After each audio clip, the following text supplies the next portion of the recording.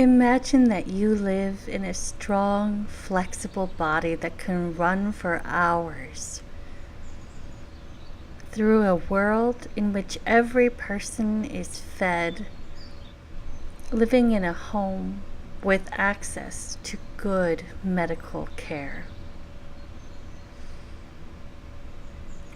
Like leveling up in a video game, we can grind through certain actions in order to level up our bodies and the level of human dignity in the world.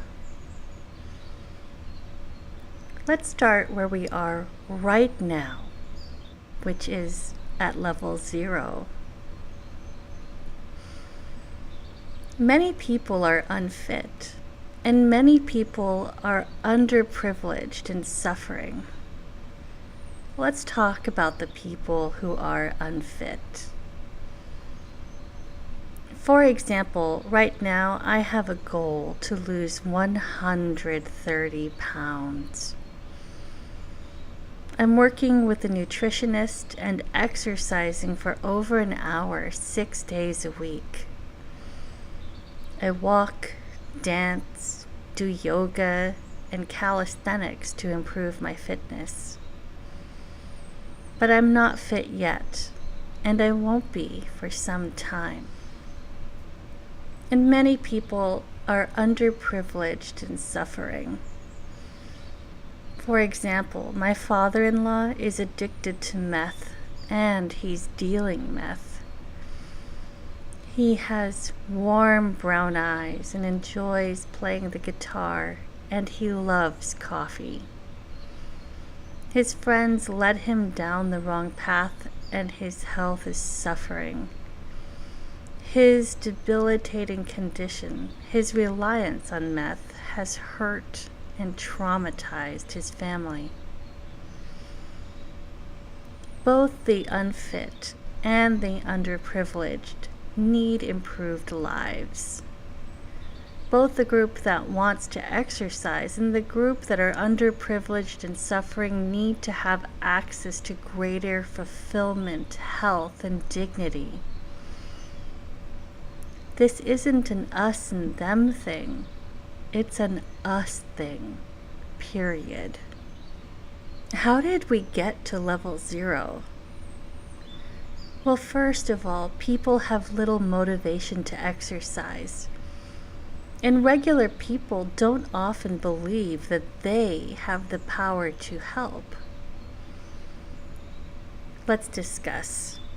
Being unfit feels bad to us mentally and physically, which makes it harder for us to exercise.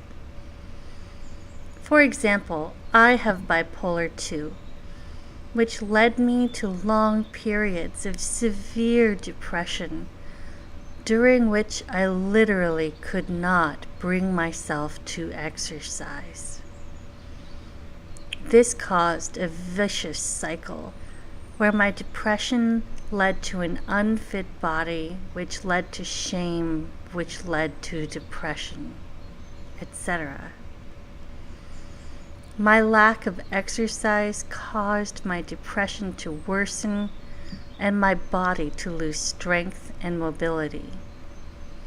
But when we see that our exercising helps others, we become motivated to move.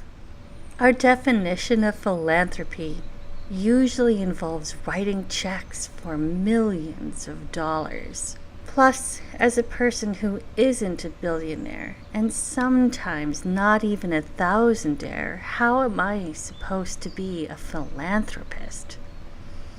It's not like I have loose money just rolling around in the bank. This perception made me feel helpless to help. After all, in my condition, I wasn't able to rake in the dough, and I wasn't brave enough to raise my voice for causes I cared about. But even 25 cents can make a difference, and that's something I'm sure that all of us can do. How do we step into level 1 and beyond? Well, here's how. we use fitness as philanthropy. And that may not make sense to you right now, but don't worry, I'm going to show you how well it works. Philanthropy is accessible to regular people. It's giving, volunteering, and advocacy. As I mentioned, about half a year ago, I got diagnosed with bipolar 2, and I began receiving effective treatment. When my depression lifted, I was able to go outside and exercise. I found an app called Charity Miles, which donates 25 cents for every mile you cover. This was my inspiration for fitness as philanthropy, and this was a way of giving back that I could manage. Consider what Becky Raymond said in her article about micro-philanthropy. Consider your $1 donation, which went to the purchase of medicine, saving the life of a dying girl in Cambodia. Suddenly, one's perspective changes as now the value of a discarded soda translates into the difference between life and death for a child in a third world country. End quote. And also, philanthropy feels good. Philanthropy means love of humanity. And as I walked and as the app tossed 25 cents after 25 cents after 25 cents to Habitat for Humanity and other nonprofits I love, I began to feel good.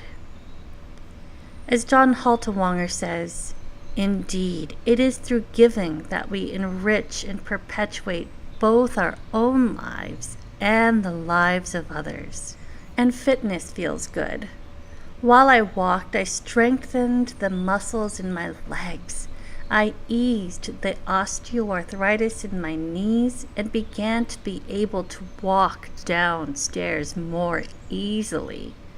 It didn't hurt anymore. With the pain gone, I was able to move more freely and experience a better quality of life. Now, according to Krista Stryker, exercise releases happy chemicals into your brain, makes you less stressed out, energizes you, boosts your confidence, eases anxiety, and fights insomnia. And combined, the two improve the lives of both the philanthropist and the underprivileged. Knowing that every mile I cover helps someone else motivates me to exercise. And that exercise and sense that I'm giving to my fellow humans fulfills me and brings joy to my life. I may not be able to assist my father-in-law directly, but I can walk or run for organizations that help people recover from addiction and have access to the resources they need during that recovery period and beyond. And what's the prize after the boss battle of each level? Well, how about this? Imagine your strong and healthy body and clear mind carrying you through your world where, with your muscular physique, you gaze around at a place changed by your efforts and the efforts of others like you. The homeless man who used to sleep under the hedge near the supermarket is walking up the steps to his new apartment. The druggies who used to deal at the local park are sitting at the local library having a circle conversation about addiction. The impoverished family who didn't have enough money to feed their family is walking out of the supermarket with bags full of healthy groceries and smiles on their faces. You move freely, with ease, and with less pain. and so do the other people who have benefited from your philanthropy. So why should you play this so-called game and level up in the first place? Well, you'll get fitter, and the underprivileged will get more help. You will become more mentally and physically fit. I know that I have. I've walked nearly 200 miles since Christmas Eve. My vitamin D levels are good, my moods are stable, and I've even begun to jog a bit. And those in need will receive more help. Your efforts may lead to tiny amounts of money or awareness, but the size of our steps does not determine the size of the outcome. Even a tiny amount of money, awareness, or of volunteering might lead to an outcome bigger than you may ever have expected. And the life of both you and those you help will improve. I need to get more fit. My father-in-law needs help. I can help him by walking, and he helps me by being a breathing example of the need in the world for us to help one another. Each in our turn helps the other. Get to level 1 today. In the next 10 minutes or so, get out your phone, sign up for a charity 5K. If you raise $10, you can buy a book to add to a community center's library. If you raise $50, you can provide mass quantities of seeds for a local community garden. If you raise $100 during the 5K, you can buy 100 bags of rice and sponsor 100 meals. Use fitness as philanthropy. As Oprah said, every choice in life either moves you forward or keeps you stuck. You really can serve yourself and others at the same time.